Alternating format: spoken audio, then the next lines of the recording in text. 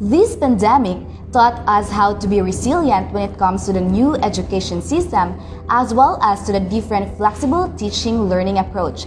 That is why this time, ladies and gentlemen, please help me welcome Dr. Cheryl T. Itok, Dean from the College of Arts and Sciences, to discuss the different flexible teaching learning approach. A virtual applause, please.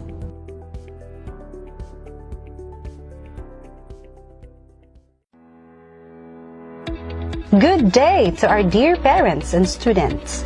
Welcome to the orientation of the Agusan del Sur State College of Agriculture and Technology as we embrace new learning modalities of the flexible teaching learning approach in response to the new normal situation that we are currently facing. Join us as we discuss each learning modality and how it is done for both teachers and students.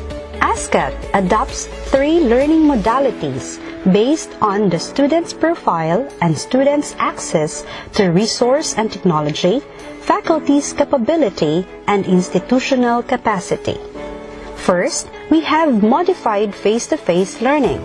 Second is the online learning. And third is the modular learning. What are the highlights of these learning modalities? Let us discuss this further. The first learning modality that we have is the modified face-to-face learning.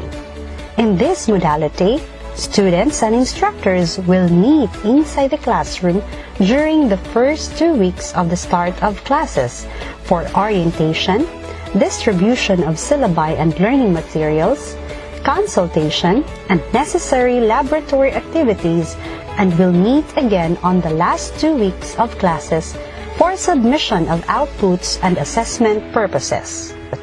But because of the possible risk brought about by COVID-19 pandemic, physical distancing and other health protocols will be observed. Therefore, only half of the total number of students for each class will enter the classroom to meet with the instructor, and the other half of the class will meet for other scheduled time.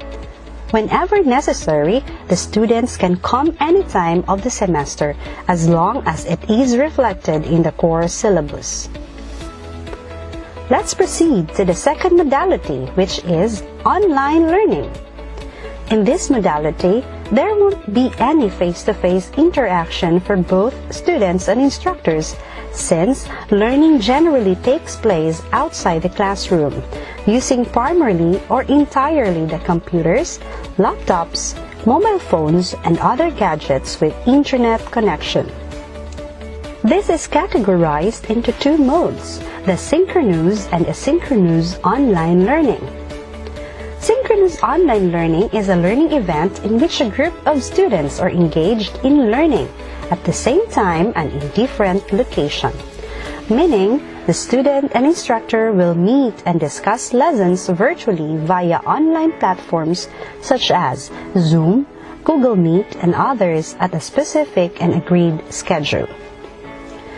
On the other hand, asynchronous online learning is a learning event in which students learn the same material at different time and location.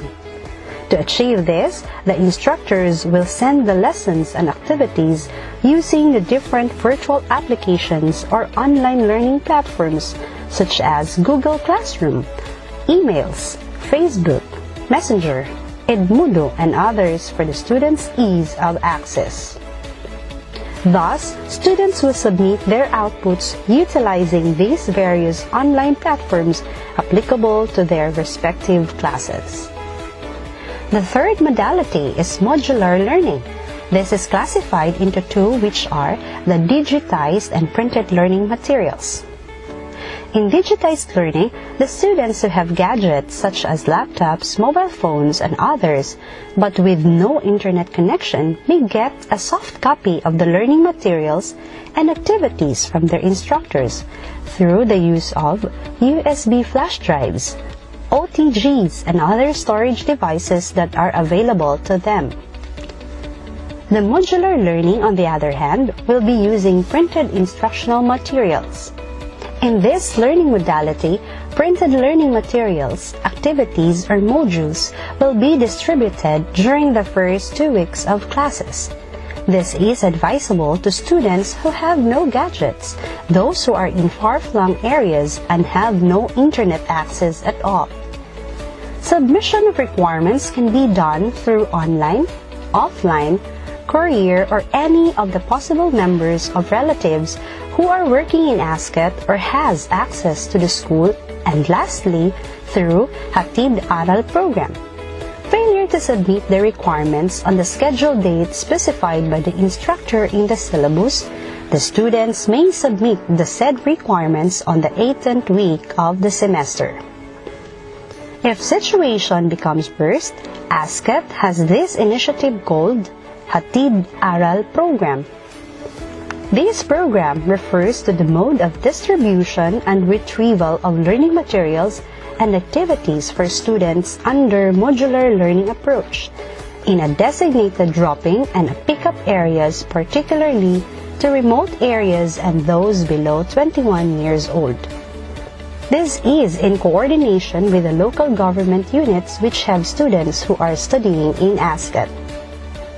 Now, for our midterm and final exam, there are some changes from what we have accustomed to do.